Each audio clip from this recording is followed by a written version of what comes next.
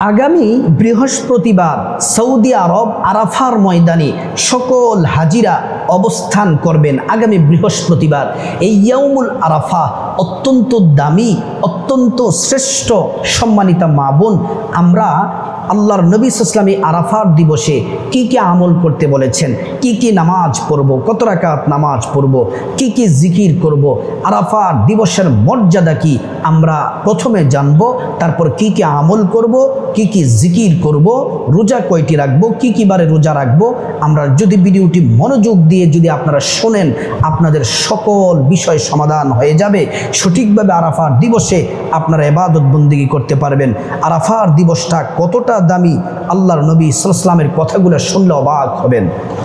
সম্মানিত মা বোন, আরাফার দিবসটা কেমন দামি, আল্লাহর নবী বলেছেন, আল্লাহ রাব্বুল আলামিন আরাফার দিবসে এত পরিমাণে নারী পুরুষদের গুনাহগুলা মাফ করেন, অন্য দিনে এত পরিমাণে মাফ করেন না।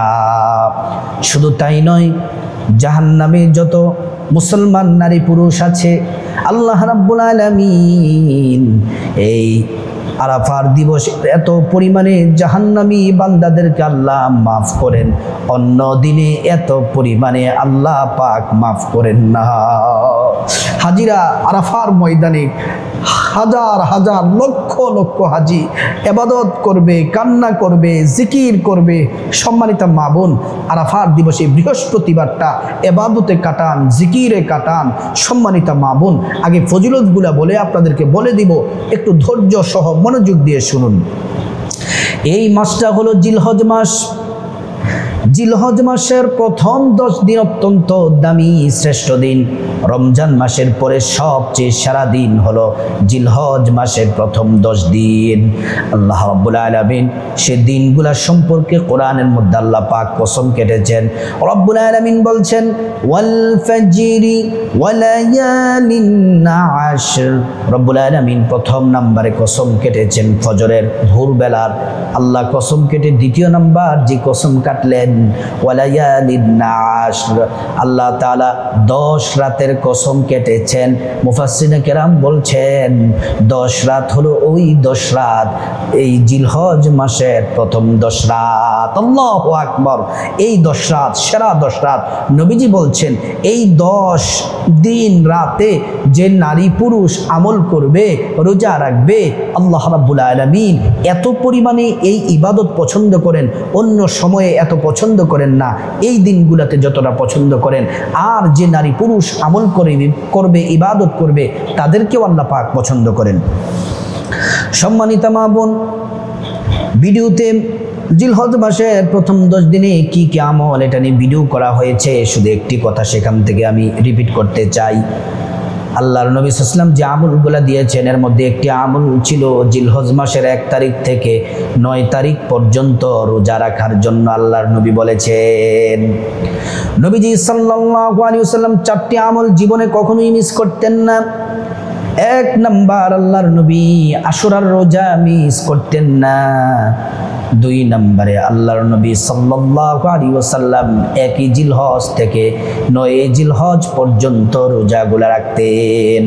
3 নম্বরে, আল্লাহর নবী প্রত্যেক মাসের, আরবি মাসের, চন্দ্র মাসের 3টি আইয়ামে বীজ রোজা রাখতেন।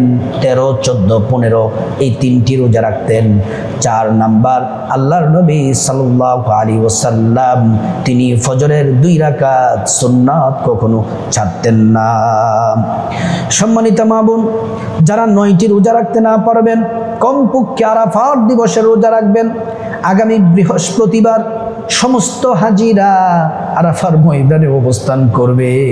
আল্লাহর কাছে কান্নাকাটি করে তারা ক্ষমা চেয়ে মাফ পেয়ে যাবে।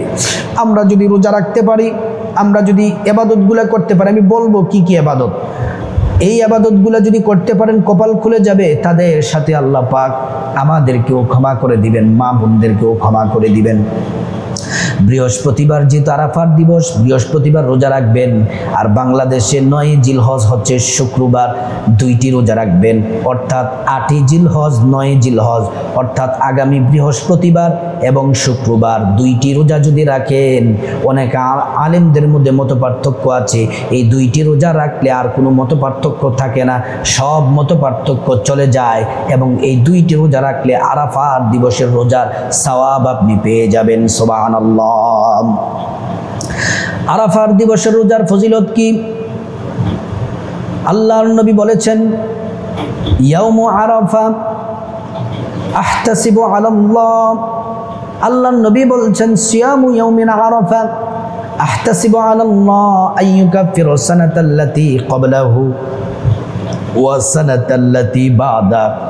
আরাফার দিবসে যারা রোজা রাখবে, আল্লাহ রাব্বুল আলামিন তাদের আমলনামায় আগের 1 বছরের যত গুনাহ ছিল সব মাফ করে দিবেন, আগামী অগ্রিম 1 বছরের গুনাহ আল্লাহ পাক মাফ করে দিবেন। এই হাদিসের ব্যাখ্যায় মুহাদ্দিসিনে কেরাম বলেন, কেউ যদি রোজা রেখে খাঁটি তওবা করতে পারে, আল্লাহ রাব্বুল আলামিন খাঁটি তওবার কারণে কবিরা সগীরা সব গুনাহ মহান আল্লাহ রাব্বুল আলামিন মাফ করে দিবেন। সুবহানাল্লাহ। তাহলে রোজা রাখবেন কিবার, এটা ক্লিয়ার হয়ে গেলাম। সম্মানিত মা বোন, আরাফার দিবসের 1 নম্বর ফজিলত, জীবনের সব গুনাহ 2 বছরের গুনাহ আল্লাহ পাক মাফ করে দিবেন। 2 নম্বর ফজিলতটি শুনুন। আল্লাহর নবী বলছেন, আল্লাহ তাআলা আরাফার দিবসে অধিক সংখ্যক মানুষদেরকে ক্ষমা করে দিয়ে জাহান্নাম থেকে মুক্তি দান করেন। আম্মা জান আয়েশা বলেন, আল্লাহর হাবিব বলছেন, এত অধিক সংখ্যক জাহান্নাম থেকে আল্লাহর বান্দাদেরকে মুক্তি দেন, অন্য কোনো দিন এত পরিমাণে মুক্তি দেন না। 3 নাম্বার, আল্লাহ তাআলা বান্দাদের গুনাহগুলা মাফ করে দেন। সম্মানিত মা বোন, তাহলে ফজিলতগুলো জানলাম। 1 নম্বর আমলও জেনে নিলাম, রোজা রাখবো। 2 নম্বর আমল হলো আমরা কি কি জিকির করতে পারি, তারপরে বলে দেব কি কি নামাজ পড়বেন, মুনাজাত কিভাবে করবেন সেটাও বলে দেব। এখন আসুন আমরা জিকির কি কি জিকির করব সেগুলা জেনে নেই। জিকির কিভাবে করব, কোন পদ্ধতিতে করব সেটা আগে জানতে হবে। আল্লাহ রাব্বুল আলামিন কোরআন আল কারীমে সুন্দর করে আল্লাহ পাক বলছেন, ওয়াযকুর রাব্বাকা ফি নাফসিকা তাদাররুআন ওয়া খীফাতাও ওয়া দুনাল জাহরি মিনাল কাওলি বিল গুদুবি ওয়াল আসাল। রব্বুল আলামিন বলছেন, তোমরা তোমাদের রবের জিকির করো, তাদাররুআন ওয়া খীফা, বিনয়ের সাথে, আল্লাহর ভয় অন্তরে রেখে, আর মিনাল জাহরি বিল কওল, এবং তোমরা নিচু আওয়াজে নিম্ন সুরে আল্লাহ পাকের জিকির করো। তারপর রব্বুল আলামিন বলছেন কখন কখন জিকির করবে, বিল গুদুবি ওয়াল আসাল, সকাল সন্ধ্যায় সব সময় আল্লাহর জিকিরে থাকো। আদবের সাথে, বিনয়ের সাথে, আল্লাহকে ভয় রেখে সুন্দর করে বসে বসে জিকির করতে হবে। কেননা নবীজি বলছেন, ইন্নাল্লাহা জামিলুন ইউহিব্বুল জামাল, আল্লাহ নিজে সুন্দর, তিনি সৌন্দর্যতাকে পছন্দ করেন। তিনি উত্তম ইবাদত, উত্তম জিকির, সুন্দরভাবে জিকির করাকে আল্লাহ পাক পছন্দ করেন। সুবহানাল্লাহ। কি কি জিকির করবেন আবার শুনুন। 1 নাম্বার জিকির, লা ইলাহা ইল্লাল্লাহ, লা ইলাহা ইল্লাল্লাহ, লা ইলাহা ইল্লাল্লাহ। এই জিকির 1 নম্বরে করবেন, কারণ এটা আফদলুদ যিকরি লা ইলাহা ইল্লাল্লাহ। নবীজি বলছেন এটা হচ্ছে শ্রেষ্ঠ জিকির। আরো বলছেন, মান ক্বালা লা ইলাহা ইল্লাল্লাহ দাখালাল জান্নাহ, যে ব্যক্তি ইয়াকিনের সাথে, বিশ্বাসের সাথে জিকির করবে, আল্লাহ রাব্বুল আলামিন তাকে জান্নাতে প্রবেশ করাবেন। হাদিসের মধ্যে আরো এসেছে, জিকির, এই লা ইলাহা ইল্লাল্লাহর জিকির যদি কোনো নারী পুরুষ যদি ইমানদার করে, এই জিকির আল্লাহর আরশের খুঁটি ধরে নাড়তে থাকে। দিবে। আল্লাহ পাক বলেন কিরে এমন করো কেন? বলতেছে অমুক আব্দুর রহিম, রহিমা আক্তার আপনার নামের জিকির করে মাবুদ মাওলা রব্বুল আলামিন যতক্ষণ না পর্যন্ত ঈমানদার বান্দা আপনার প্রিয় বান্দিকে যতক্ষণ না পর্যন্ত ক্ষমা না করবেন খুঁটি নাড়াচাড়া বন্ধ হবে না। আল্লাহ পাক বলেন যা ক্ষমা করে দিলাম, তখন ওই জিকির খুঁটির নাড়াচাড়া বন্ধ করে দিবে। সুবহানাল্লাহ। এক নম্বর জিকির লা ইলাহা ইল্লাল্লাহ। দ্বিতীয় নম্বর জিকির হলো জান্নাতের গুপ্ত ধনভাণ্ডার পাবেন, দুনিয়াতে ধনী হবেন। লা হাওলা ওয়ালা কুওয়াতা ইল্লা বিল্লাহ, লা হাওলা ওয়ালা কুওয়াতা ইল্লা বিল্লাহ। তিন নাম্বার জিকির করবেন সুবহানাল্লাহি ওয়া বিহামদিহি সুবহানাল্লাহিল আযীম। এই জিকির করলে সমুদ্রের ফেনা পরিমাণ যদি গুনাহ থাকে আল্লাহ পাক মাফ করে দিবেন। চার নম্বরে যে জিকির করবেন সুবহানাল্লাহি ওয়াল হামদুলিল্লাহি ওয়ালা ইলাহা ইল্লাল্লাহু ওয়াল্লাহু আকবার। একবার পড়বেন জান্নাতে একটি খেজুর গাছ, দুইবার পড়বেন দুইটি খেজুর গাছ, এমন করে করে খেজুর গাছ হতেই থাকবে, পড়তে থাকবেন সুবহানাল্লাহ আল্লাহু আকবার। তারপরে যে জিকির করবেন লা ইলাহা ইল্লাল্লাহু ওয়াহদাহু লা শারীকা লাহ লাহুল মুলকু ওয়া লাহুল হামদ ওয়া হুয়া ইউহয়ী ওয়া ইউমীত ওয়া হুয়া আলা কুল্লি শাইইন কাদির। তারপরে যে জিকির করবেন সেটি হলো ইস্তিগফার পড়বেন আস্তাগফিরুল্লাহ আস্তাগফিরুল্লাহ আস্তাগফিরুল্লাহ। ইস্তিগফার পড়লে আল্লাহ পাক 5টি পুরস্কারের ঘোষণা কোরআনে দিয়েছেন। জীবনের সব গুনাহ মাফ হবে, ধন দৌলত দিয়ে ধনী বানিয়ে দিবেন। 3 নম্বরে নেক সন্তান দান করবেন। 4 নম্বরে জান্নাতে প্রবেশ করাবেন। 5 নম্বরে জান্নাতের নহর থেকে শরবত পান করাবেন।